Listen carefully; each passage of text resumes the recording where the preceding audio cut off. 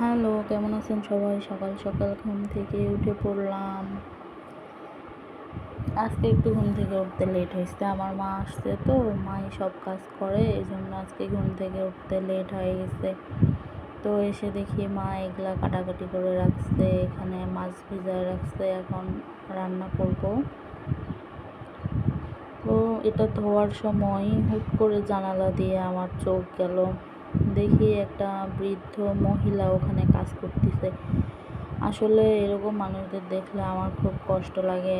আমি যদি অনেক বড় লোক, অনেক না মানে একটু যদি বড় লোক হতাম তাহলে এই মানুষগুলোর পাশে দাঁড়াতাম। মানে আমার খুবই খারাপ লাগে বয়স্ক মানুষদের কাজ করতে দেখলে।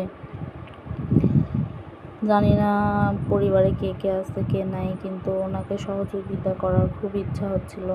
তো যেহেতু আমি মধ্যবিত্ত না, নিম্ন, তো এখানে রান্নার প্রস্তুতি চলতেছে। আমি এখন রান্না করে নিব। প্রায় দুপুরই হয়ে গেছে, এখন দুপুরের রান্নাটা করে নিতে হবে।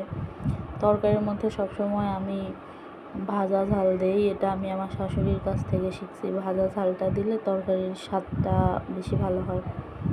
অত আমরা বড়লোক না ভাই, গরিব মানুষ, এই জন্য হিসাব করে চলতে হয় পুরো মাসের খরচ নিয়ে। সরকারি চাকরি করলেই মানুষ বড়লোক হয় না। তো আমি এখানে 5 পিস মাছ নিয়েছি, এই জন্য আবার কেউ কিছু বলবেন না, কারণ আমাদের 2 জন মানুষের খেতে হয়। ওখানে তরকারি বসে দিয়ে আমি আসলাম রুম গোছাতে। এই যে আমার রুম পরিষ্কার হয়ে গেছে। তো এখানে এসে কাঁচা মাছ দিয়ে প্রায় মানুষ দেখি তরকারি খায় না, আর জানেও না কীভাবে রান্না করতে হয়। মাছটাকে আগে এভাবে ভুনা করে রেখে দিবেন, তারপরে তরকারিটা দিবেন।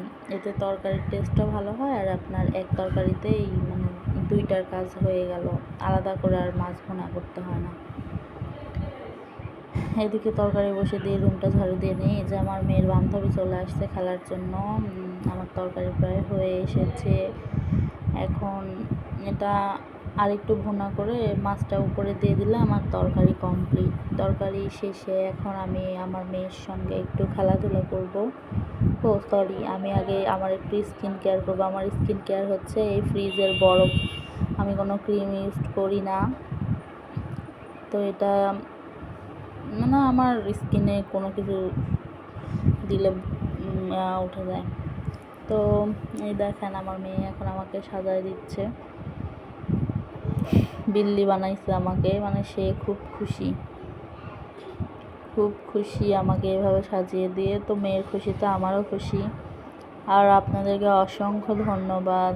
আলহামদুলিল্লাহ, আমার এখন 15K ফলোয়ার হয়ে গিয়েছে। আপনারা সব সময় আমার পাশে থাকবেন, সব সময় সাপোর্ট করবেন, একটু লাইক কমেন্ট করবেন, শেয়ার করবেন, এতটুকুই চাওয়া। রেকর্ডিং করতে করতে আমার মেয়ে চলে এসেছে বেলুন ফুলিয়ে নেওয়ার জন্য। তো সবাই ভালো থাকেন। মেয়েকে একটু বেলুন ফোলায় দেই। ওর বান্ধবীকে নিয়ে আসছে বেলুন ফোলানোর জন্য। একটু খেলাধুলা করবে, ছোট বাচ্চা, সব সময় তো আর নিজেই ব্যস্ত থাকতে পারি না, বাচ্চা কাচ্চা নিয়ে ব্যস্ত থাকতে হয়।